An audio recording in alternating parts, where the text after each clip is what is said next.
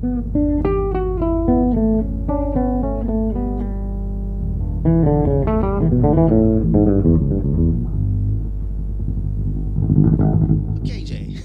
Matt. Have you ever checked out this scale? It's a melodic minor or a melodic minor scale in general. So minor third and a major seventh, right? Perfect. So in A, you said? We're gonna in A. We were checking out this one tune. It's a song of mine. It's called Atmosphere 2, which is on a record called 12 Months, all right, which some of the other folks might know.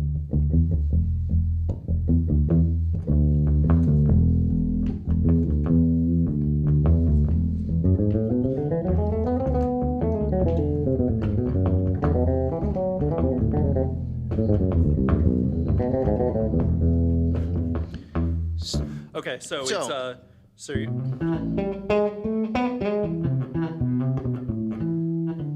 yes. Okay. So basically, so if we were looking at the fifth degree of a melodic minor, right. So the idea is the tonal center is around E, and so E in this case is the fifth degree of a melodic minor scale, which is A, and in that occasion, the E becomes a E Mixolydian flat 6.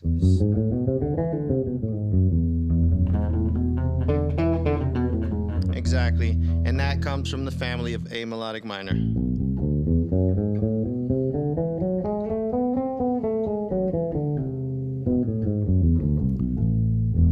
With a flat 6. So now the idea is obviously, in the bass line, what I'm doing is I'm expressing this idea of something that people are familiar with. So you can kind of play that Mixolydian type sound. It sounds a little bluesy, maybe.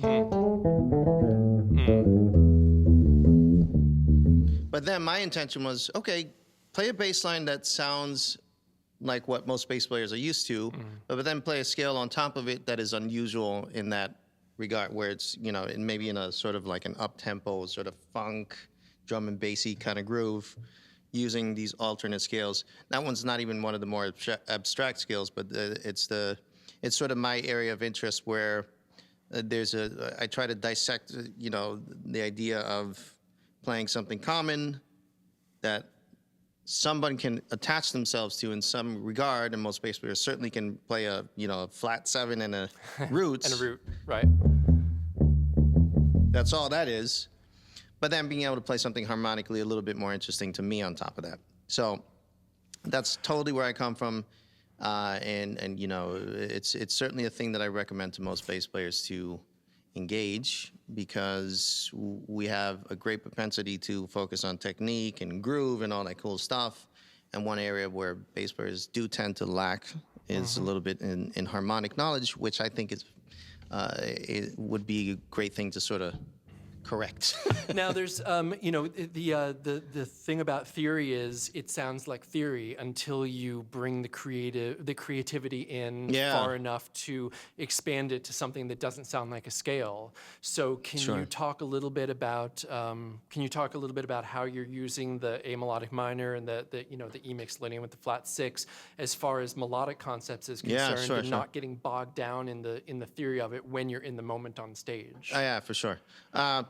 So the terrible answer to that is that at some point you have to sit there for hours and be the nerd, right, and understand how your fingers are supposed to fall onto the fretboard without, implying something else, right? Because it's like speaking language.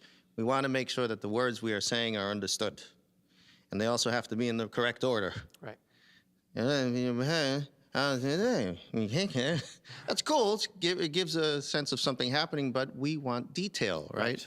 So in the music, at some point you have to be a pain in the ass to yourself, and really sit down and understand the bits and pieces that make it a logical sequence of notes that you can use in a eloquent manner. In a manner, yeah.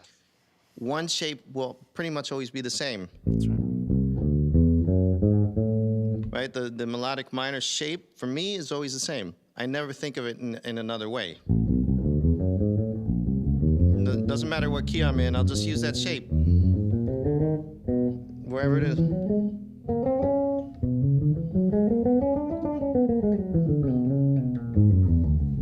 So I practice that stuff so much, to such a degree that I just really don't want to think about it. And I think that's the only goal you should have, right? Because then at that point, once you're on stage, it becomes like, oh, well, I know this thing. How can I just have fun with it? So what you're doing is internalizing it. You're creating muscle memory. You're creating you're creating a situation where it's almost like your hands know the sound that your ears are looking for. Totally, absolutely. That's the best way to put it. And there's really no way around it. You got to be a pain in the butt to yourself and do it, and then you'll be happy, more or less. So you might become a starving artist at that point because now no one understands you, right? Right, exactly. Yeah, but it's noble. But basically, each scale has its a development, right? And it tends to be in modes, 7 modes, right? So melodic minor has also 7 modes, right? Just like a major scale has 7 modes.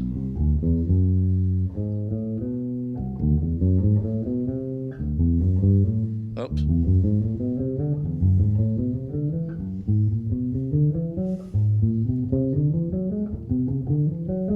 Right.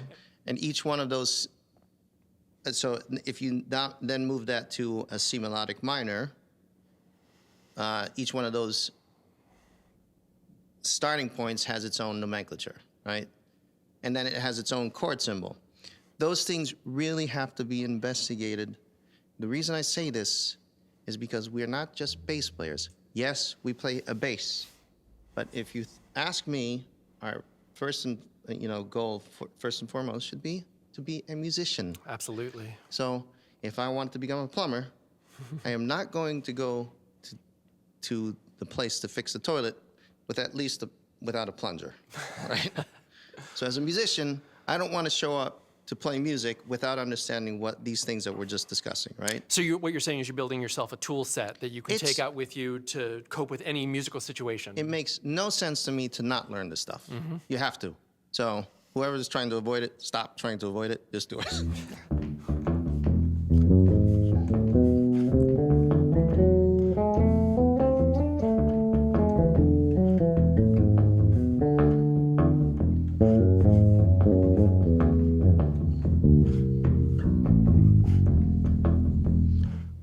So that one was starting from the root. I was thinking mainly as a Mixolydian, flat 6, but now I'll think about it as a melodic minor, same thing. A melodic minor.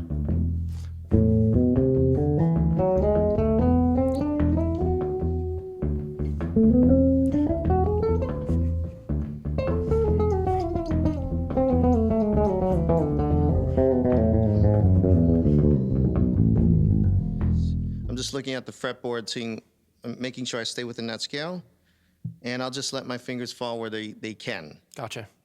But I really want to be very strict about playing the scale and nothing else in between.